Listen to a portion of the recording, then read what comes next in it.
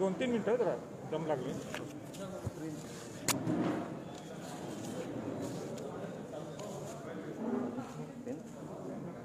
चष्मा कुठे?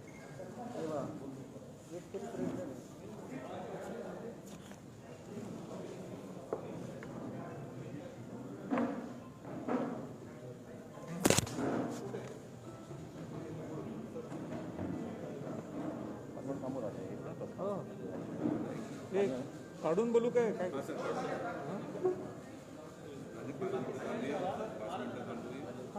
2-3 मिनिटं.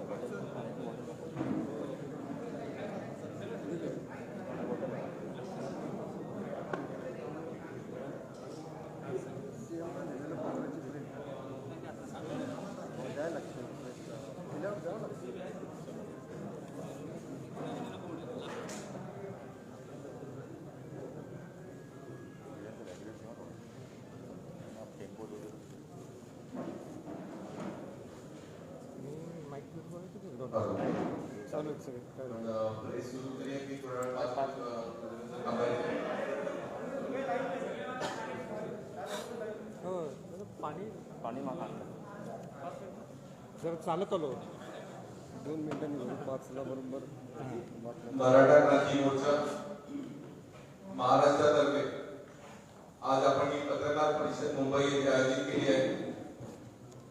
छत्रपती राजे संभाजीराजे यांनी मागचे 15 ते 20 दिवस ज्या दिवसापासून या सुप्रीम कोर्टामध्ये मराठा आरक्षणाला स्थगिती मिळाली त्या दिवसापासून ते आजपर्यंत महाराष्ट्र फक्त संपूर्ण महाराष्ट्राचा दौरा करत आहे आणि त्यानंतर पत्रकारांशी संवाद करण्यासाठी आज इथे मुंबईत आलेले आहेत. महाराजांच्या ज्या मागच्या 8 ते 15 दिवसामध्ये जर आपण भूमिका बघितली असाल तर दिवस रात्र न होता फक्त मराठा समाजाचा आणि मराठा समाजाचा प्रश्न सोडवण्यासाठी महाराष्ट्राभर गाव निगाव आणि तालुका जिल्ह्यासकट महाराष्ट्र संपूर्ण ठिकाणी फिरले. सर्व कार्यकर्त्यांनी आज महाराष्ट्रातले सर्व समन्वयक इथे आलेले आहेत. एक मुखी महाराजांना पाठिंबा देण्यासाठी की यापुढची लढाई जी असेल महाराज आता निकालीची लढाई असेल कारण आम्ही सर्वच काही गमावले आता जे काय ते जिंकण्यासाठी करायचे आणि त्यासाठी आज ही पत्रकार परिषद आज आपण इथे मुंबईमध्ये भरवली.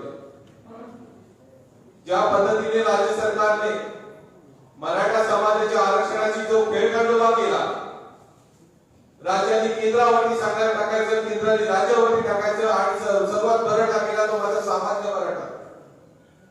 इतकी वाईट इतकी दयनीय परिस्थिती या महाराष्ट्रामध्ये मराठा समाजाची याच्या अगोदर कधीही झाली नव्हती. आणि ज्या पद्धतीने राज्यकर्ते आपल्या राजकारणामध्ये मशहूर झालेले आहेत त्यावेळी कोणीतरी उभं राहून मराठा समाजाच्या पाठीमागे उभं राहणं आवश्यक होतं आणि राजे पहिल्यांदा पुढे आले आणि सांगितलं की मराठा समाजासाठी यापुढे काही असेल तर हे छत्रपती संभाजीराजे तुमच्यासाठी असतील आणि त्याला पाठिंबा देण्यासाठी संपूर्ण राज्यातून समन्वयक सर्व जमलेले आहेत. तुम्ही बघू शकता प्रत्येक जिल्ह्यातून तालुक्यातून आलेले सर्व समन्वयक इथे आहेत. काही लोक कोविडच्या कारणास्तव येऊ शकले नाहीत. काहींना आम्ही सांगितलं येऊ नका कारण परिस्थिती देखील गंभीर आहे. या परिस्थितीमध्ये पुन्हा आक्रमण करायचं आहे ते पण स्वकीयांवरती आपल्या सरकारवरती सरकारच्या विरुद्ध जायचंय. राज्य सरकार केंद्र सरकार आमच्याच मागण्या मान्य करण्यासाठी आम्हाला भीक मागावी लागते. इतकी दयनीय अवस्था या महाराष्ट्रामध्ये करून ठेवली आणि त्याला चोख उत्तर आम्ही याच्या काळामध्ये देणार आहोत. आज सर्व तुम्ही प्रतिनिधी इथे आलेले आहात. सर्वजण आता महाराष्ट्र या देशभर आज या पत्रकार परिषदेकडे लक्ष देत आहेत. होणाऱ्या भूमिकेसाठी आणि जी भूमिका राज्य सांगते त्याप्रमाणे चालण्यासाठी आम्ही इथे सर्व कार्यकर्ते तत्पर आहोत. सर्व लोकांनी एकत्रित येऊन पुढचा लढा देणं आवश्यक आहे आणि त्यासाठी आज मुंबईमध्ये पत्रकार परिषद आज आपण घेतलेली आहे. मी पुन्हा एकदा सर्वांना विनंती करतो की मी राजेंकडे याच्या पुढे सर्वसूत्र राजेंकडे संवाद देतो आणि राजेंनी पत्रकार परिषदेला सुरुवात करावी अशी मी विनंती करतो. जय भवानी जय शिव. माईक घ्या तो पण ठेवायचे. स्प्रे करा माईक.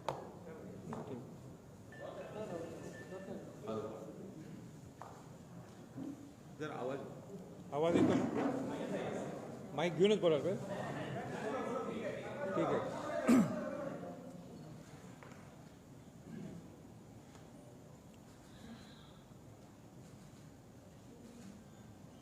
माझं मनोगत सुरू करायच्या अगोदर मी स्पष्टपणे सांगू इच्छितो, सकल मराठा समाजाच्या वतीनं मी बोलतोय. आम्ही कुठल्याही पक्षाच्या विरोधात किंबहुना कुठला राजकीय अजेंडा घेऊन अजिबात आलो नाहीये. आमचा सरळ आणि थेट एकच विषय की सकल मराठा समाजाला न्याय मिळाला पाहिजे. मी शिवाजी महाराजांचा आणि राजश्री छत्रपती शाहू महाराजांचा वंशज आहे आणि म्हणून आज पत्रकार परिषदेच्या माध्यमातून मी सांगू इच्छितो, जो महाराष्ट्र मी पिंजून काढत आहे आज नाही तर 2007 पासून, तो एकमेव आणि एकच कारण आहे की ज्या शिवाजी महाराजांनी स्वराज्य 18 पगड जातींचं केलं, ज्या राजश्री छत्रपती शाहू महाराजांनी बहुजन समाजाला पहिलं आरक्षण दिलं, ज्यामध्ये अनुसूचित जाती जमाती आणि ओबीसी होते, त्यामध्ये मराठा समाजाचा सुद्धा समावेश होता. आणि या मराठा समाजाला अन्याय आज होत आहे, त्यासाठी माझा लढा. मला सांगायचंय की 1917ला राजश्री छत्रपती शाहू महाराज खामगावला गेले होते, विदर्भमध्ये मराठा शिक्षण परिषद होती त्यावेळी, केव्हा 1917ला. आणि शाहू महाराज त्या भाषणात काय बोलले त्याच्यावर मी बोलत नाही, पण एकच लाईन शाहू महाराज म्हटले की मी मराठ्यांचं नेतृत्व करत नाहीये, मी शेतकरी म्हणून आलोय, मी शिपाई गडी म्हणून आलोय. आणि म्हणून या मराठा समाजाचं आज मी नेतृत्व करण्यासाठी तो उभा नाहीये, त्यांच्या वतीनं मी त्यांचा शिपाई आहे आणि शिपाई गडी म्हणून मी आज इथं तुमच्या समोर आलो. मला स्पष्ट सगळ्या बंधू भगिनींना सांगायचं आहे, मराठा समाजातल्या लोकांना, की जस्टिस गायकवाडांचा अहवाल हा अवैध ठरलाय. आपला कायदा हा रद्द झालाय. आपण एसीबीसी मध्ये मोडत नाहीत, आता आपण सामाजिक मागास राहिलो नाहीये, हे स्पष्टत्व आपल्याला समजायला पाहिजे. सर्वोच्च न्यायालयाने आपल्याला फॉरवर्ड क्लास, डॉमिनेटिंग क्लास असं संबोधलं गेलं.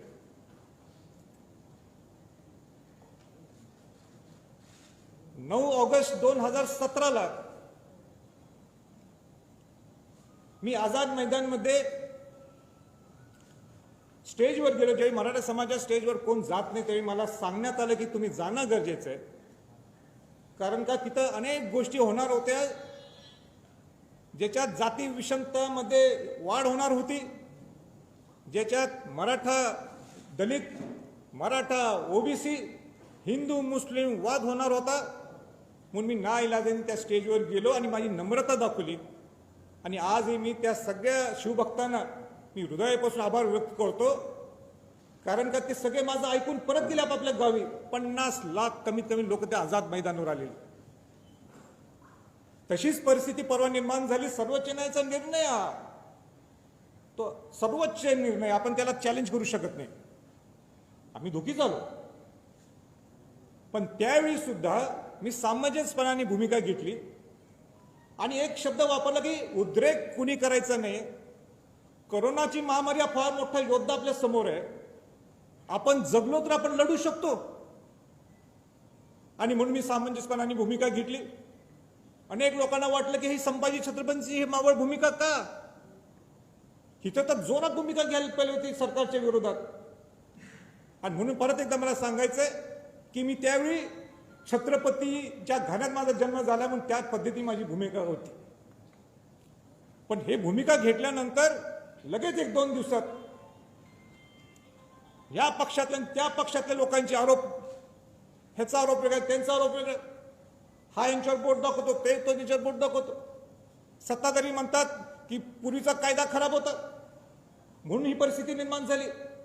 विरोधातले आतल्या लोक म्हणतात की ह्यांनी बाजू बरोबर मांडली नाही म्हणून आमचं नुकसान झालं. आमच्या सगळ्या समाजातल्या लोकांना तुमच्या भांडणात काही घेणं देणं नाहीये. आम्हाला एकच घेणं देणं आहे, ते मराठा समाजाला तुम्ही न्याय मिळवून द्या. जो न्याय शिवाजी महाराजांनी मिळवून दिला, तो न्याय शाहू महाराजांनी मिळवून दिला, तो न्याय मिळवून आम्हाला द्या. बाकीचं आम्हाला काही घेणं देणं नाही.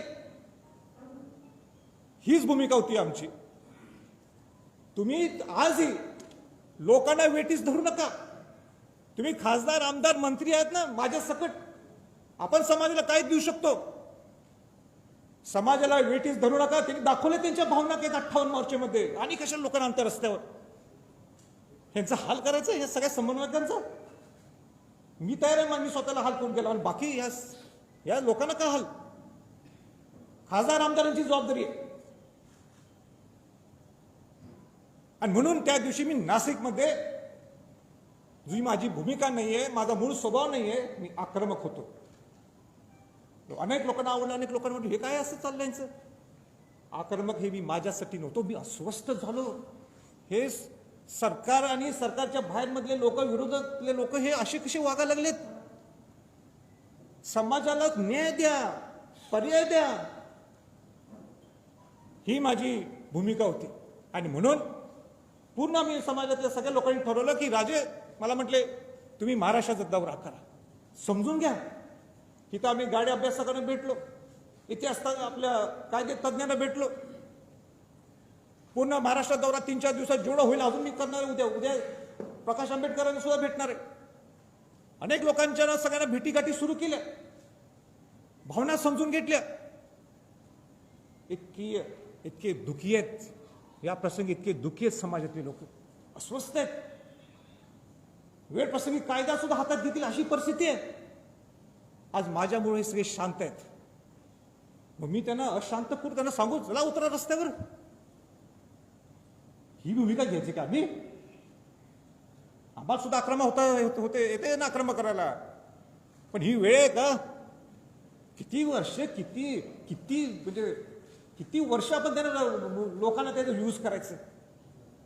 मला सांगा, हे जे मोठे 30% जे श्रीमंत वर्ग आहेत समाजातले, महाराष्ट्रामध्ये, ते येतात का रस्त्यावर? कोण नाही. हे 70%च गरीब माणूस येतो. ह्याच्या पुढे नाही चालणार, आणि चालून देणार नाही आम्ही. कोणच चालून देणार नाही. म्हणून पर्याय काय ते द्यायला पाहिजे. आणि मी आपल्याला सांगतो, मी म्हटलो होतं त्यावेळी, मी म्हणजे जे सगळे कायदे तज्ज्ञ असतील, आमच्या ते जे हुशार लोक असतील, या सगळ्यांनी 3 पर्याय काढलेले आहेत. पण आमच्याकडं काय अशी काही यंत्रणा नाही आहे की फार कायदे तज्ज्ञ आमच्याकडे. जेवढं शक्य मी ते केलेलं आहे. आता मुख्यमंत्र्यांची माझी ती चर्चा झालीच. तिथं अटॉर्नी जनरल कुंभकोणीशी बोललो, अशोकराज चव्हाण होते, सगळ्यांना सांगले हे 3 पर्याय. देवेंद्रजींना सकाळी बोललो पर्याय, त्यांना सुद्धा सांगले 3 पर्याय. आता कोण नाही म्हणतात मी बघतो. आणि त्यांनी मान्य केले. ते बंधूंना तुम्हाला मुद्दाम सांगायचं, मी मगाशी प्रेसला सांगितले, सगळ्यांनी ते पर्याय मान्य केले. सत्तेतल्या लोकांनी सुद्धा आणि जे विरोधी पक्षातले सुद्धा. बघा, मार्क माय वर्ड्स, जे मी सांगितलेत पर्याय ते त्यांनी मान्य केले, आणि त्याच्यानंतर काही बदलले तर जबाबदार तेच असतील. तर मी पर्याय वाचून दाखवतो. तसं मी ऑफेंडच बोलतो, पण शक्यतो वाचून दाखवतो. त्यांनी जस्टिस भोसलेंची समिती स्थापन केलेली आहे. 31 तारीख डेडलाईन त्यांना त्यांनी दिलेली आहे. कारण का 4 तारखेला जर त्यांना रिव्ह्यू पिटिशन फाईल करायचं असेल तर 4 तारीख आहे. पण कोविडच्यामुळं ती तारीख पुढे गेलेली आहे. म्हणून मी त्यांना सांगितलं की गडबड करू नका. जे काही तुमचा रिपोर्ट आहे तर फुल प्रूफ. उद्या परत म्हणाल नको की हे राहिलं ते राहिलं. नेहमी मी सूचना देतोय, नेहमी सारखी कारण त्यांना सांगतो बाबा हे दुरुस्त करा, पण नाही ऐकलं. तेवढं आता मला कोणाची चुका काढायची नाही. आपला पर्याय काय त्याच्यावर आपण लक्ष केंद्रित करायचं. तर पहिला पर्याय हा म्हणजे तुम्ही रिव्ह्यू पिटिशन फाईल करायला पाहिजे. ती रिव्ह्यू पिटिशन फाईल करताना मी सांगितलं ती उगाच लोकांना दाखवण्यासाठी नको, फॉर्मॅलिटी म्हणून. फुल प्रूफ आम्हाला पाहिलं. रिव्ह्यू पिटिशन हा पहिला पर्याय राज्य सरकारचा आहे, हे राज्य सरकारचा पर्याय. दुसरा पर्याय, जर का रिव्ह्यू पिटिशन आपण धरू, जर ते टिकलं नाही तर आपल्याला दुसरा पर्याय आहे हा क्युरेटिव्ह पिटिशन, जो अवघड आहे, अपवादात परिस्थिती ते करावं लागतो. तो लास्ट हे आहे, शेवटचा तो असतो जो राज्य सरकार करू शकते. पण तिथं सुद्धा तयारी असल्याशिवाय तुम्ही पुढे जाऊ शकणार नाही. राज्याकडे हे दोनच पर्याय आहेत ह्या मिनिटाला. चौथा एक पर्याय आहे त्यांचा, किंबहुना तिसरा मी नंतर येतो. पण हे दोन पर्याय त्यांच्या हातातले. रिव्ह्यू पिटिशन, ते नाही टिकलं तर क्युरेटिव्ह पिटिशन. आता जो सेंट्रल गव्हर्नमेंटकडं आपण हा विषय जाऊ शकतो, म्हणजे मी जे मनापासून म्हणायला लागले किंवा या 2-1 महिन्यात म्हणायला लागले, ही जबाबदारी राज्याची आणि केंद्राची आहे, दोघांची आहे. माझं तुझं करून काय उपयोग नाही आहे. आपल्याला इथं नवरा बायको म्हणूनच राहायचंय. जो सरकारमध्ये आहे तो आणि जो सरकारमध्ये नाही तो, आपल्याला एकत्रच राहायचंय, एका कुटुंबातच राहायचंय.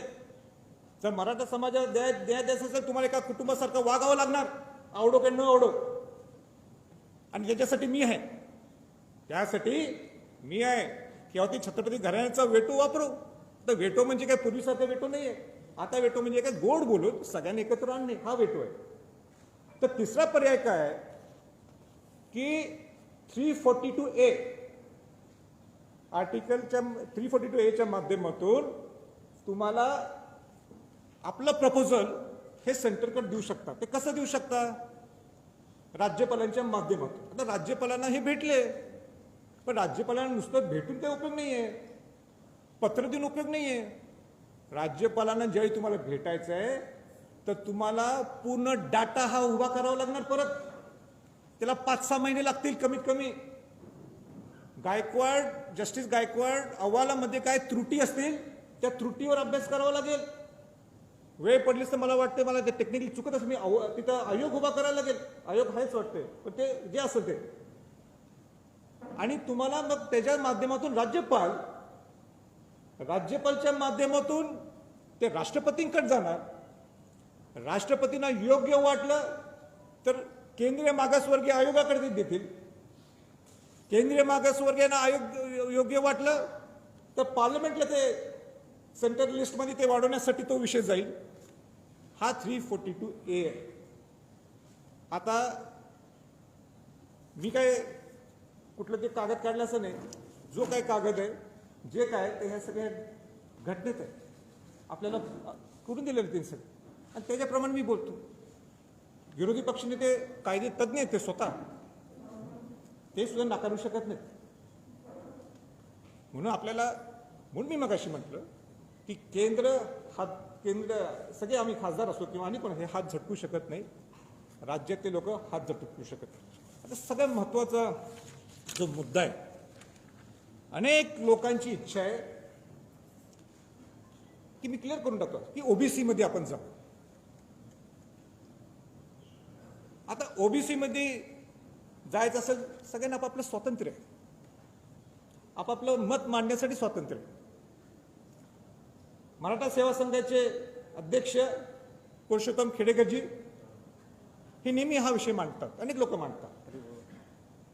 त्याचबरोबर हरिभाऊ राठोड ओबीसीचे ज्येष्ठ नेते, माजी खासदार, ते सुद्धा हा विषय नेहमी ते मांडत असतात. आता हा ओबीसी मध्ये नवीन प्रवर्ग तयार करून देता येऊ शकतो का, हे मी नाही सांगणार, हे सरकारने सांगायचं, हे पूर्वीच्या सरकारच्या लोकांनी सांगायचं. ज्येष्ठ नेते शरद पवारजींनी सांगायचं, उद्धवजींनी सांगायचं, विरोधी पक्ष नेते देवेंद्रजींनी सांगायचं, समितीचे अध्यक्ष अशोकरावजींनी सांगायचं. सगळ्या गोष्टी आम्हीच सांगायचं का? ते केव्हा बोलणार? स्पष्ट त्यांनी सुद्धा बोलावं, बोला ना समाजाला काय खरी परिस्थिती आहे. आम्ही बोलायचं, मी बोला ते आत्ताच बोलू शकतो, पण तुम्ही बोला, स्पष्ट करा, खेळवत ठेवू नका. आता मी म्हटलं अगोदर, मी म्हटलं ना, आता आम्ही सामाजिक मागास राहिलो नाही. तर ठीक आहे. पण माझी भूमिका मी सांगतो, मी शिवाजी महाराजांचा, शाहू महाराजांचा वंशज आहे. शाहू महाराजांनी बहुजन समाजाला पहिलं आरक्षण दिलं. वंचितांना आरक्षण मिळावं ही मी या मताचा आहे. वंचितांना आरक्षण हे मिळावं, वंचितांना सगळ्या शिक्षणातल्या नोकरीतल्या सुविधा मिळाव्यात. कुठलेही वंचित असतील ते बहुजन समाजातले, त्यांना सगळ्यांना मिळावं. गोडी गुलाबीने राहायला पाहिजे हा बहुजन समाज, हे माझं मत आहे. बाकीचं त्यांचं ते बघते. बाबासाहेब आंबेडकरांची सुद्धा एक संकल्पना होती आरक्षणाच्या बाबतीत की मराठा समाजाला सुद्धा आरक्षण मिळावं, आणि म्हणून त्यांनी राज्यघटनेत त्याचं घटित केलं होतं. मी स्वतः 102च्या घटनेच्या दुरुस्तीत मी स्वतः तिथं मी बोलून दाखवलं की 1967 पर्यंत मराठा समाजाला इंटरमिडिएट कास्ट क्लास कम्युनिटी मध्ये सेंट्रल लिस्टमध्ये आपल्याला ओबीसीत आरक्षण मिळत होतं 1967 पर्यंत. 68 नंतर ते का काढलं, का कालेकर समिती आली आणि मग बाकीच्या समित्याला अहवाल हे बाकीच्या जे आयोग आले, तर तो त्यांचा प्रश्न, मी काही बोलू शकत नाही. पण माझं भाषण आजही तुम्हाला युट्यूबवर पाहायला मिळेल. आरक्षणाच्या पुढे जाऊ आपण. मी मगाशी उद्धवजी ठाकरेंना बोललो, मुख्यमंत्र्यांच्या कानावर. मी काय कानावर घातलं, आज सरकार तुमचं आहे, बरोबर आहे ना. तुमचं सरकार असताना तुम्हाला थोड्या गोष्टी वर केंद्रात जायच्या नाहीत ना, मान्य आहे. जे तुमच्या हातातल्या त्या गोष्टी तर तुम्ही करू शकता ना. तर पहिली गोष्ट ही आहे, 5 गोष्टी मी काढल्या, अशी नाही तर उगाच 15ची लिस्ट मी काढली नाही. भरपूर आहेत आपल्या मागण्या. आपण 5 जणांची लिस्ट काढलेली आहे. कुठली लिस्ट काढली आहे? पहिलं नंबर 1 की ज्या 2185 आपण म्हणतो किंवा जास्त सुद्धा असतील, पण सर्वोच्च न्यायालय काय म्हणते, 9 सप्टेंबर 2020च्या अगोदर ज्यांच्या नियुक्त्या झाल्यात त्यांना रजू करून घ्या. का थांबलाय? जस्टिस भोसलेंचा अहवाल ह्याचा त्याचा काय संबंध आहे? डायरेक्ट सर्वोच्च न्यायालयाने डायरेक्ट सूचना केल्यात, इन्स्ट्रक्शन्स दिलेत. Why wait? का थांबायचं? आपण देऊन टाका ना तुम्ही. 2185 आपण म्हणतो, पण माझं काय म्हणणं आहे, जे काय असतील 9 सप्टेंबर 2020च्या अगोदर देऊन टाका. का खेळ करताय समाजाच्या बरोबर?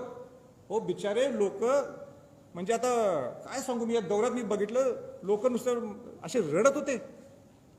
एक तर म्हटलं मी एमफिल झालोय आणि मी आता आंब्याचा व्यवसाय करायला, आंब्याचा व्यवसाय म्हणजे ते हातगाडी घेऊन. कशाला डॉक्टरेट करायची? संपतील ना, आयुष्य संपायला लागलं त्या लोकांचं. न्याय द्या या गरीब मराठ्यांच्यावर. दुसरा महत्वाचा मुद्दा, आणि तो माझा हृदयातला आहे आणि सगळ्या ह्या समाजाच्या हृदयातला, तो म्हणजे सारथी. शाहू महाराजांच्या नावाने उभा केलेली सारथी संस्था आहे. काय अवस्था करून टाकली त्याची? म्हणजे तुम्ही जर सारथी जर इम्प्लिमेंट केली चांगल्या पद्धतीने, स्वायत्ता देऊन, वेळ प्रसंगी, मी तुम्हाला सांगतो आरक्षणापेक्षा भारी पडेल ती. बघा, माझं मोठं स्टेटमेंट आहे. आरक्षण आपल्या हक्काचं आहे. आरक्षणापेक्षाही जास्त उपयोगी तुम्हाला सारथी पडेल. तुम्ही ग्रामीण भागातल्या लोकांना घडवणार आहे त्या सारथीच्या माध्यमातून. उपमुख्यमंत्री म्हटले जागा दिली आम्ही, द्यायलाच पाहिजे ना तुम्ही जागा. नुसतं जागा देऊन होणार नाहीये. आणि स्वायत्ता म्हणजे नुसतं 9 माणसं ठेवलेत नाही. ज्याला त्या सारथी, ज्याला समाजातलं काय समजते, जो ग्राउंड लेवलचं काम करतो, जिने आपलं आयुष्य समाजासाठी दिले, त्यांना त्या समितीत घ्या. अधिकारी घेतलेत सगळे IAS अधिकारी, थोडे रिटायर्ड आहेत. काय करणार? त्याला काय घेणे देणे समाजाशी? समाजासाठी तुम्ही काढली ना, मग समाजाची माणसं घ्या ना, 2-3 चांगले माणसं.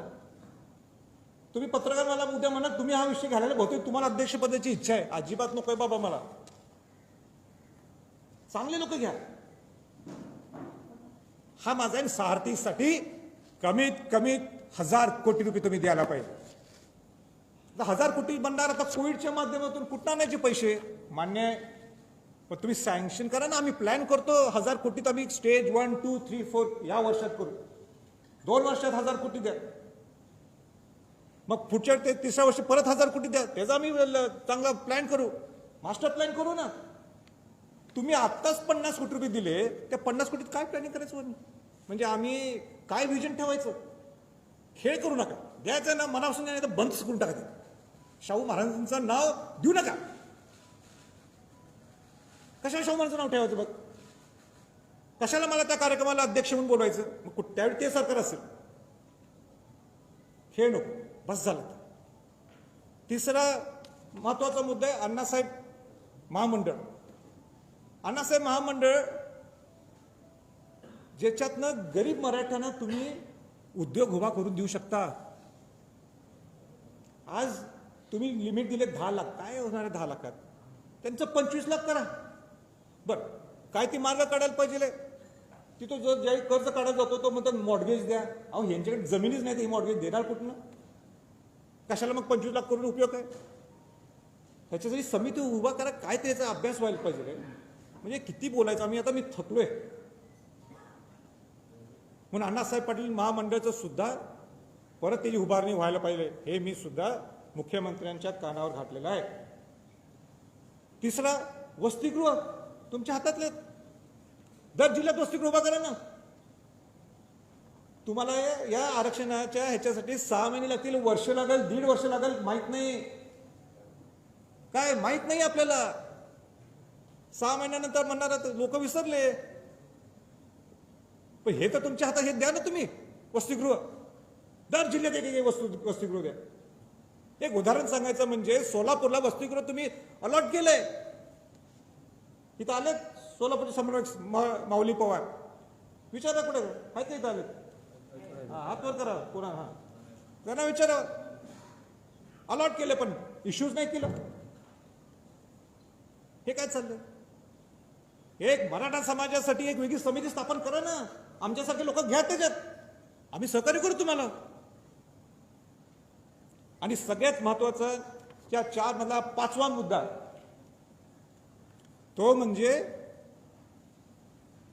मला सांगा, एक 30% आमच्या श्रीमंत लोक सोडून द्या, 70% गरीब मराठा समाज आहे का नाही? त्या बिचारांची चूक काय? त्या बहुजन समाजातल्या लोकांना इतर तुम्ही सवलती देता. ओबीसी समाज लोकांना सवलती देता का नाही? सवलती का? ते गरीब आहेत, ते वंचित आहेत, त्यांना द्यायला पाहिजे आपण. मी त्याच्या फॉर आहे, मी शाहूंचा वंश द्यायलाच लावणार. मी त्यांच्यावर अन्याय होऊन देणार नाही. पण मराठा समाज सुद्धा या बहुजनाचा एक घटक आहे. ज्या ओबीसी प्रमाणे ज्या ओबीसीच्या लोकांना सवलती मिळतात, त्या मराठा समाजातल्या लोकांना सुद्धा शिक्षणाच्या सवलती द्या ना तुम्ही. किती सोप्या त्या गोष्टी, काय अवघड आहे?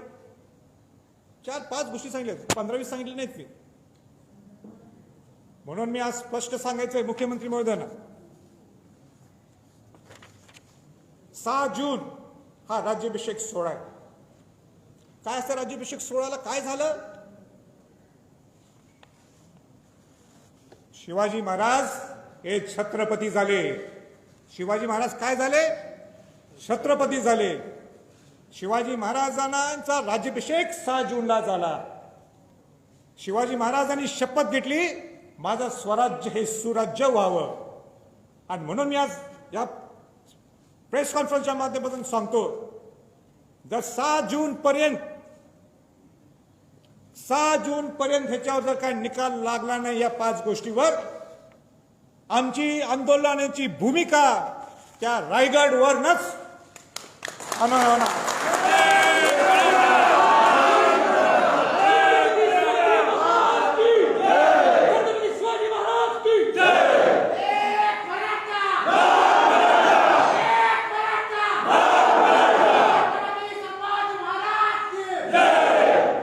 शिवाजी महाराज इथं असले असते, राज्याभिषेक सोहळा असला असता, राजसदरवर शिवाजी महाराज असले असते या मिनिटाला, तर शिवाजी महाराजांनी आपल्या मावळ्यांना असं टाकलं असतं का? म्हणून या 6 जूनच्या अगोदर जर तुम्ही आम्हाला बोलवलं नाही आणि तुम्हाला कॉन्क्रीट पद्धतीने तुम्ही आम्हाला सांगितलं ना आम्हाला हे करायचंय, तर मी सुद्धा सांगतो आम्ही कोविड नंतर बघणार नाही. मी स्वतः 5 मेला मी मोठा 5 जूनला नाही 5 मेला त्यावेळी हा निकाल लागला, मी सगळ्यांना शांत ठेवलं. नाही तर महाराष्ट्र पेटला असता परत. या सगळ्यांचे मला फोन आले होते, काय करायचं राजे सांगा, ठोक करूया. हे म्हटलं अजिबात नाही, सगळ्यांना शांत केलं. आम्ही किती शांत बसायचो. म्हणून माझं परत एकदा सांगायचं मुख्यमंत्र्यांना, या तुम्ही गोष्टीचं लवकरच्या लवकर याला मार्ग लावा, नाहीतर मग कोविड असला काय असला मी काही मागं पुढे बघणार नाही. संभाजी छत्रपती इन लीड असणार पुढं, आम्ही सगळेजण असू तिथं, मग माघार नाही. मी आजही सांगतो, आम्हाला समाजाला वेटीस धरायचं नाहीये. आम्हाला लोकांना, समाजाच्या लोकांना घेऊन रस्त्यावर उतरायचं नाहीये. उतरणार सुद्धा 6 तारखेला तर समाजातल्या लोकांना घेऊन नाही, या सगळ्या आमदार खासदारांना घेऊन उतरणार. कोणी नाही उतरायचं. मी सुद्धा उतरणार, माझी सुद्धा जबाबदारी आहे, माझं सुद्धा कर्तव्य आहे. घेतोय ना मी, लोक राज्यसभेतनं पगार घेतोय ना मी, लोकांचा प्रतिनिधी आहे मी, माझी जबाबदारी आहे ती. तुम्हाला मतदान केलंय सगळ्या लोकांनी, आणि म्हणून आता लोकांची जबाबदारी नाही आहे, या सगळ्या खासदार आमदार सगळ्या मंत्र्यांची जबाबदारी आहे. आणि ते सगळे ओबीसीतले असतील, एससी असतील, एसटी असतील, मराठा असतील, सगळे खासदार आणि आमदार. मला वाटतं 543 काहीतरी आहे आकडा, मला नाही करेक्ट माहित नाही. सगळे राज्यसभा, लोकसभा, विधानसभा, विधान परिषद सगळेजण तुम्ही या. मी सगळ्या खासदार आमदारांना मनापासून स्वागत करेन, मनापासून त्यांचा आदर करेन, पण मनापासून यायला पाहिजे. पत्र देऊन नुसतं चालणार नाही. दुसरी माझी मागणी आहे की 2 दिवसाचं कमीत कमी इथं अधिवेशन व्हायला पाहिजे, मराठा समाजावर चर्चा व्हायला पाहिजे. आणि अधिवेशन कशासाठी? हा चुकला की तो चुकला नाही, समाजासाठी तुम्ही काय करणार ह्याच्यासाठी अधिवेशन. आम्ही वर बसतो गॅलरीत, कोण आमदार म्हणा लागला हा चुकलाय तो चुकलाय, ह्याची हे म्हणजे सत्तेतला हा माणूस चुकलाय, हा विरोधातला हा चुकलाय, हे असलं तर आम्ही वरनं चालून देणार नाही. आम्हाला पर्याय सांगा. आम्ही तुम्ही समाजासाठी काय करणार आहे? काहीतरी करा ना, काहीतरी. आता वेळ आली आहे. आता सांगू नका या समाजाचं आम्हाला मतदानच नकोय, हे समाजच नकोय, हा मराठा समाज म्हणजे असंच आहे म्हणून टाका. मग धाडस असली तर मग बघतो आम्ही काय. आणि दुसरं माझं एक सगळ्या खासदारांना आव्हान आहे, 342A 342 ह्याचा अभ्यास मलाच आत्ता झाला, म्हणजे सगळ्याच खासदारांना माहिती असं नाही आहे. म्हणून दिल्लीला 9 ऑगस्ट हा क्रांती दिन आहे, किंबहुना आणि कुठला चांगला दिवस असेल तर तो त्या दिवशी सगळ्या महाराष्ट्रातल्या खासदारांना मी निमंत्रित करणार, सगळ्यांच्या वतीनं, सकल मराठा समाजाच्या वतीनं. सगळ्या मुख्यमंत्र्यांना, विरोधी पक्ष नेत्यांना सुद्धा आमंत्रित करणार आहे. आणि गोलमेज परिषद ही दिल्लीत पहिल्यांदा होणार. गोलमेज परिषद आपण नुसतं ऐकलं हे महाराष्ट्रात, पण आता गोलमेज परिषद दिल्लीत होणार आहे. आम्हाला कुठल्याही पार्टीच्या विरोधात नाही आहे, आम्हाला जागृत करायचं सगळं. तुम्ही आमच्याबरोबर या ना, आम्ही तुमच्याबरोबरच आहोत. शेवटी आपण एकत्रच राहतो, सुखारीच अंदाज आहे आपल्याला. पण आम्हाला मराठा समाजाला तुच्छ लिखू नका, नुसतं पत्र देऊन होणार नाही. आता वेळ आली आहे प्लॅन ऑफ ॲक्शन व्हायला पाहिजे. मला वाटते सगळं मी भरपूर बोललोय, पण मला फार चिंतित आहे, मी फार डिस्टर्ब आहे. डिस्टर्ब ह्याच्यासाठी आहे, आपण जर हा अहवाल पाहिला, आता मी हे उघडत नाही आहे, हा 700 ते 800-900 पानाचा अहवाल आहे. त्यात पान नंबर कुठलं तरी आहे, मला लक्षात नाही. त्याच्यात प्रोपोर्शन टू पॉप्युलेशन म्हणून आहे. हे प्रोपोर्शन टू पॉप्युलेशन म्हणजे काय? तुमच्या लोकसंख्येच्या प्रोपोर्शन प्रमाणे तुम्हाला आरक्षण दिलं जातं. उदाहरण, मराठा समाज ह्याचं प्रेझेंटेशन उदाहरण आपण एक धरू शिक्षणासाठी. एक शिक्षणाचा एक बिंदू, ग्रेड बी एक ग्रेड सी मला माहीत नाही, त्याला 17% मिळाले. 17% मिळाले, 17%ने सीट्स मिळाले. 100% 17% सीट्स त्यांना मिळाले, बरोबर आहे. पण मराठा समाज किती आहे? 30% आहे. म्हणून मग काय करायला पाहिजे? 13%च्या सीट्स, 13%चं रिझर्वेशन द्यायला पाहिजे, आरक्षण द्यायला पाहिजे. म्हणजे ते प्रोपोर्शन टू पॉप्युलेशन होतं. आणि हे केव्हापासून चालू आहे? आज नाही, स्वातंत्र्यापासून चालू आहे. आज ह्याचं आरक्षण कुठलं तामिळनाडूचं आरक्षण जे आहे जे 69 का 79%, 69% ते त्याप्रमाणेच आहे. इतर बाकीच्या राज्यात जे 50%च्या वर गेले त्याप्रमाणेच सगळं मान्य. सर्वोच्च न्यायालयाचा निकाल आम्हाला मान्य. पण सर्वोच्च न्यायालयाने काय केलं माहिती आहे का? सर्वोच्च न्यायालयाचा निकाल आम्ही आदर करतो, पण इतिहासात पहिल्यांदा त्यांनी ते प्रेसिडेन्स घेतलं नाही, त्यांनी नवीन फॉर्म्युला काढला. ठीक आहे, त्यांचं सर्वोच्च न्यायालयाची काहीतरी एक पद्धत असेल, पॅटर्न असेल, मला माहीत नाही. त्यांनी काय केलं, प्रोपोर्शन टू पॉप्युलेशन बघितलं नाही. त्यांनी सांगितलं तुमचे 52% जे मराठा समाजातलं आरक्षण जे आहे ते SC ST OBCचं, त्याच्यात मराठा समाजाने याचं नाही मान्य आहे. तुमचं राहते 48%. त्या 48% तुम्ही आता ह्याच्यात किती दिसतं तुमचं 30%, 32%, 31%. तुम्हाला ॲड्युकेटेड रिप्रेझेंटेशन ऑलरेडी मिळायला लागलेलं आहे. तुम्हाला काय द्यायचं आम्ही? 16(4) मध्ये तुम्ही बसू शकत नाही. ठीक आहे, मान्य आहे. पण मला भीती काय आहे, मी बहुजनाचं नेतृत्व करतो. बहुजन समाजात शाहू महाराजांनी जे बहुजनाला एक चालना दिली त्या बहुजनांचं मी पद्धतीने चालतो. उद्या NCBC ज्यावेळी नोटिफिकेशन होणार राष्ट्रपतीचं, ज्यावेळी राष्ट्रपती नोटिफाय करतील, NCBC म्हणजे केंद्रीय मागासवर्गीय आयोगाला नोटिफाय करतील, त्यावेळी राज्याला सुद्धा सांगावं लागणार आहे की प्रोपोर्शन नाही, तुमचे ॲड्युकेटेड रिप्रेझेंटेशन जे आहे 52% मध्ये कुठल्या कुठल्या जातीचं आहे. आणि त्यावेळी मी तुम्हाला सांगतो, अनेक OBCतल्या अनेक या सगळ्या बाकीच्या पोट जाती जे काय असतील त्यातला उडणार आहेत. मी बहुजनाचं नेतृत्व करतो, नुसतं मराठ्यांचं नाही आहे. मी बहुजनाचा घटक आहे. मला फार चिंता आहे. म्हणून मी आज हा विषय सगळ्यांच्या पुढं मांडलाय. सगळे जे कायदे तज्ज्ञ आहेत महाराष्ट्रातले त्यांनी याचा अभ्यास करावा माझी विनंती आहे. नाहीतर फार मोठा फटका आहे आपल्या बहुजन समाजातल्या लोकांना. आम्हाला तर बसलंय, मराठा समाजाच्या लोकांना बसलंयच, पण बहुजन समाजाच्या लोकांना फार मोठा फटका बसणार आहे अशी माझी सगळ्यांना विनंती आहे. आपण त्याच्यात आत्मचिंतन सर्वांनी करावं. आणि माझं संपवायच्या अगोदर मला सगळ्या समन्वयकांना सांगायचं आहे, मी सगळ्यांना अंगावर घेतलंय.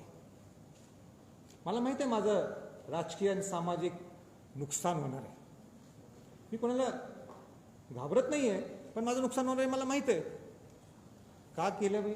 त्या शिवाजी महाराजांनी शाहू महाराजांच्या आयडिओलॉजीसाठी, त्या गरीब मराठा समाजासाठी. म्हणून काय माझं चुकलं असलं तर केव्हा ते सांभाळून घ्या. मला एवढंच माझी सगळ्यांना विनंती आहे.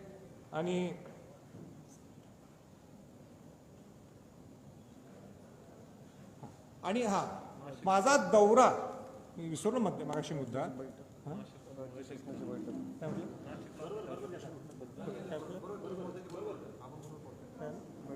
हां, आणि मी आज सगळ्यांना भेटलो. कोणाला भेटलो? मुख्यमंत्र्यांना भेटलो, विरोधी पक्षनेत्यांना भेटलो, पवार साहेबांना भेटलो, राज ठाकरेंना भेटलो, बाळासाहेब थोरातांना भेटलो,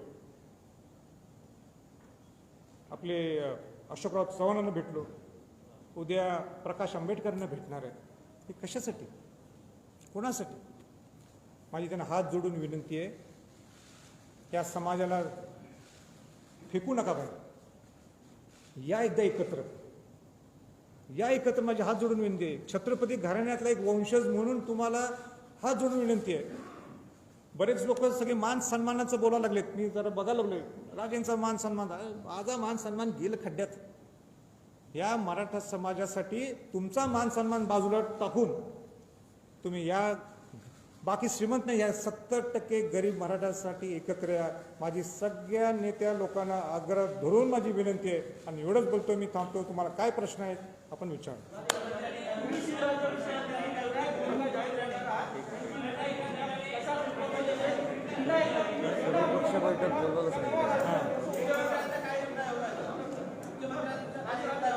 एक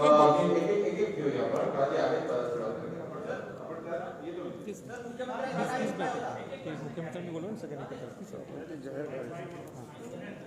आपण मागणी केली. आणि एक मिनिट, मगाशी तर एक विषय राहिला. लवकरच्या लवकर मी जे बोललो होतं त्याला जोडून एक वाक्य राहिलं की मुख्यमंत्र्यांनी सगळ्या प्रमुख नेत्यांना पत्र पाठवा ताबडतोब आणि तुम्ही एक लवकरच्या लवकर सर्व पक्षीय बैठक बोलवा, आम्हाला तिथं बोलवा आणि आमचे सगळे विषय सांगा. तुम्ही शिवराज्याभिषेक दिली निर्णायक भूमिका जाहीर करण्याचा म्हटलं नाही. ही निर्णायक भूमिका पुन्हा एकदा जन आंदोलन स्वरूपाचं असेल का नवा राजकीय पक्ष सुरू करणार किंवा करणार? तुमचे दोन वेगळे प्रश्न आहेत. जी भूमिका आहे आम्हाला घ्यायची 6 जूनला आंदोलनाची, ती घेऊन यायची आमची इच्छा आहे. तुम्ही लवकर बोलवा मला, विषय क्लोज करून टाकू आपण. हे 5 विषय ते तुम्ही. आणि दुसरा काय म्हटलं पक्ष त्याच्याशी कनेक्ट राजकीय पक्ष. तुमच्या प्रश्नाचं उत्तर देतो स्पष्टपणाने. जर बहुजन समाजाची इच्छा असेल तर निश्चित विचार केला जाईल. पण आज विषय हा मराठा समाजाचा आहे. आपल्याला मराठा समाजाला न्याय कसा देता येईल हे आम्हाला सगळ्या पुढाऱ्यांनी आम्हाला सांगा.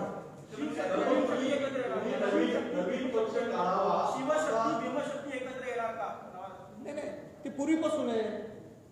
शाहू महाराज आणि बाबासाहेब आंबेडकरांच्या सगळ्या जीवाचे संबंध होते आणि म्हणून मी त्यांना भेटणार आहे. त्यांच्यासोबत सहकार्य आपल्याला लागणार आहे ना. आणि सोशल इक्वेशन्स नाही आहे, सोशल स्टॅबिलिटी. सोशल इक्वेशन म्हणजे राजकीय शब्द झाला. आम्हाला सोशल स्टॅबिलिटी आणायची आणि म्हणून त्या दृष्टिकोनातून मी त्यांना भेटणार. ते सुद्धा राजकीय पक्षाचे प्रमुख आहेत. नवीन पक्ष काढावा असा समाजाचा किंवा तुमच्या पदाधिकाऱ्यांचा दबाव तुमच्यावरती आता सध्या आहे का? मला दबाव कोण टाकणार? दबाव टाकली पाहिजे हिंमत आहे ते. मी माझं ते पक्षाचं काही विषय बोललो नाही. सर, 2 प्रश्न. एक त्यामध्ये तुम्ही म्हणताय की राजकीय पक्षाचं गरज असेल तर राज्याभिषेक काढू, पण आता इतर कुठल्या पक्षाकडून अशी काही नेतृत्व करावी, खास करून मराठवाड्याच्या संदर्भात किंवा खासदार असतील आमदार असतील, तुम्ही म्हणताय की सगळ्यांना एकत्र घेऊन जाऊ, तर काही दबाव तंत्र, खास करून राजीनाम्याचं दबाव तंत्र या संदर्भात वापरलं जाईल का?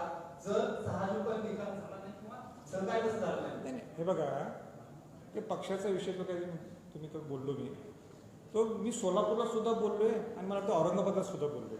जो राजीनाम्याचा विषय आहे ना, जर काय सकल मराठा समाजाच्या माध्यमातून आणि आपल्याला जर आरक्षण मिळत असेल, राजीनामा देऊन आत्ता देतो, उद्या सुद्धा कशाला मिळणार का आरक्षण? पण तुम्ही उलट मला आज सांगायचं आहे निमित्ताने, खासदार झाल्यापासून कुठल्या पुढाऱ्यांनी जे काम केले नाही ते मी करून दाखवले. 2च कामं सांगतो. शिवाजी महाराजांची जयंती आजपर्यंत भारताच्या इतिहासात दिल्लीत झाली नाही. मोठ्या प्रमाणात पहिल्या शिवजयंतीला राष्ट्रपती आलेले, नौदल प्रमुख आलेले, लष्कर प्रमुख आलेले, कोल्हापूरचे छत्रपती शाहू महाराज होते. राजश्री छत्रपती शाहू महाराजांची जयंती आजपर्यंत आपण शाहू फुले आंबेडकर नव्हतो, पण कोणी केली का पार्लमेंटमध्ये? नाही, संभाजी छत्रपती सुरू केली. तिथं ते चित्र शिवाजी महाराजांचं ते चित्र आजपर्यंत राष्ट्रपती भवनात नव्हतं. ते मुख्यमंत्री त्यावेळी राष्ट्रपतींना दिलं. राष्ट्रपतीने आपल्या भाषणात सांगितलं पहिल्यांदा इतिहासात शिवाजी महाराजांचं ते चित्र हे तिथं राष्ट्रपती भवनात लागणार. रायगड किल्ल्याचं संवर्धन जतन हे कसं व्हायला लागले? कोणामुळे व्हायला लागले? कशामुळे व्हायला लागले? खासदार झाल्यानं मी प्रेशर टाकू शकलो म्हणून रायगड किल्ल्याचं संवर्धन जतन सुरू आहे. इतिहासात पहिल्यांदा स्वातंत्र्याच्या नंतर. काय करावं? तुमची इच्छा असेल समाजाच्या घटकाचं सांगा.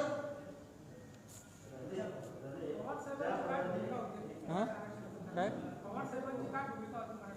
पवार साहेबांची माझी सविस्तर चर्चा झाली. त्यांना सुद्धा सांगितलं, त्यांना सुद्धा हे 2-3 मुद्दे हे पटलेले, ते सुद्धा या लाईनीत जाणार आहेत. पण नुसतं पटणं हा भाग वेगळा आहे. ज्यावेळी मुख्यमंत्री उद्धवजी ठाकरे ते क्रॉस पार्टी जे मीटिंग बोलवतील त्यावेळी पवार साहेबांनी सुद्धा त्या मीटिंगला यायला पाहिजे. हे माझं आग्रहाचं निमंत्रण त्यांना आहे असं मी त्यांना कालच सूचित केलं.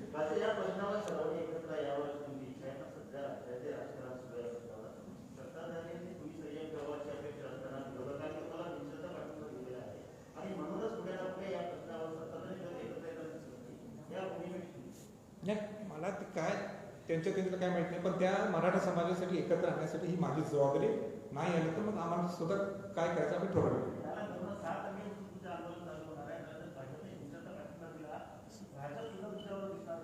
हे बघा, मी इथं पक्षाच्या वतीने बोलतच नाहीये. मी इथं मराठा समाजाचा एक घटक मराठा समाजाचा शिपाई गड म्हणून मी बोलायला लागलोय. कोण काय म्हणजे भूमिका घ्यायला लागले तो त्यांचा प्रश्न आहे. आमची भूमिका काय, सकल मराठा समाजाला न्याय मिळाला पाहिजे बस. ज्या गायकवाड कमिशनच्या आधारावर मराठा समाजाला आरक्षण मिळालं होतं ते गायकवाड सर्वोच्च न्यायालयाने नाकारले. त्यामुळे ते कमिशन तयार करण्यासाठी त्यावेळेला कुठेतरी कमी पडलं होतं का ते कमिशन व्यवस्थित सर्वोच्च न्यायालयात मांडण्यासंदर्भात ते नाही काय कमी पडलं. आवाज फार हे झाला मला ऐकून घ्या.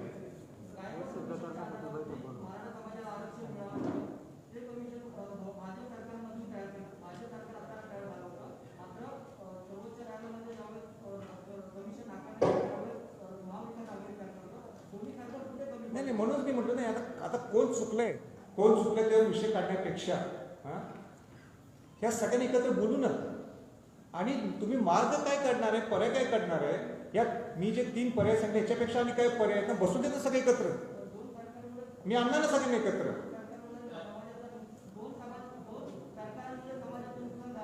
हो झालेच ना. आज समाज किती अस्वस्थ झाले. तुम्ही मला सांगा, ज्यांनी 58 मोर्चे काढले, रस्त्यावर आले, परत त्यांना रस्त्यावर आले, त्यांच्या दोघांच्या भांडणं काय परवडणार कोणाला करून. जर आता इथं माझ्याकडे 5-6 मुली आहेत, त्यांचे वडील वारले, एखादा ड्रायव्हर वारलाय, इथं उभा करून मी दाखवू शकतो. परत आपल्याला या कोरोनाची सेकंड वेव्ह झालेली आहे, काही संपली नाही आहे, थर्ड वेव्ह तर येऊ शकते. पहिल्यांदा आपण जगू आणि मग लढू. म्हणून या माझ्या पक्षातल्या सगळ्यांना विनंती आहे की तुम्हाला आंदोलन करायचंय ना, तर या लोकांना वेटीस धरू नका. तुम्ही काय मार्ग काढू शकता हे सांगा. खासदार आमदार आपण एकत्र येऊ आणि मार्ग काढू.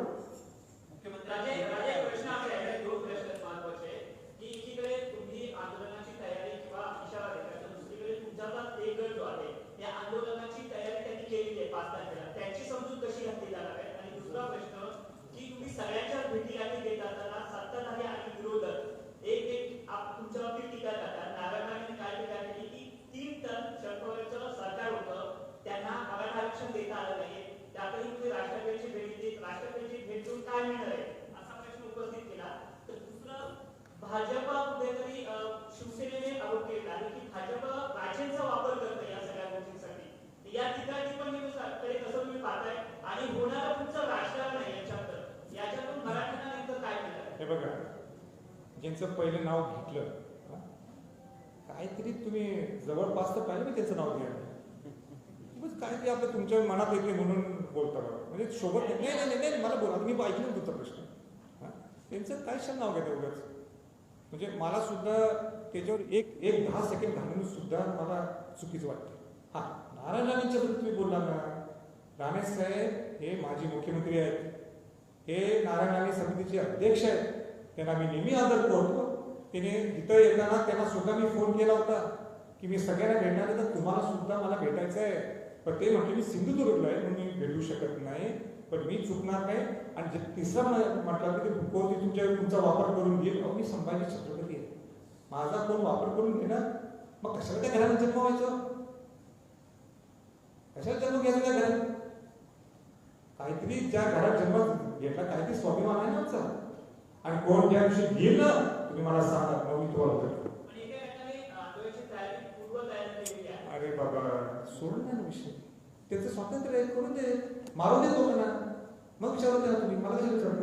मी त्यांचं हे घेतलंय काय PR घेतलंय, पण मला काय विचारताय, कितीदा ऐकायचं तेच सर्व प्रश्न.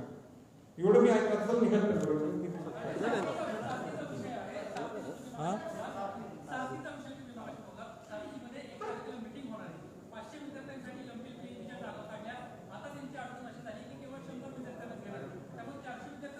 नाही तुमचा सगळे साठीचे विषय मी त्यांना सांगितलंय, मुख्यमंत्र्यांना नोट करून मी तुम्हाला देणार आहे.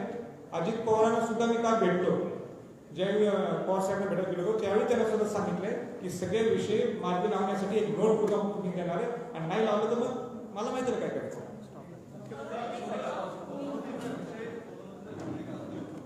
काय नाही ऐका, आरक्षणाचा विषय आम्हाला इथे घेऊ नका. त्याला कारण आहे माझं पूर्ण लक्ष केंद्रित आहे मराठा समाजाच्या आरक्षण मिळावं आणि त्यात मिक्स करू नका. आणि प्लीज माझी विनंती आहे. हां काय काय मुख्यमंत्र्यांची भूमिका 5-7 दिवसात चालेल.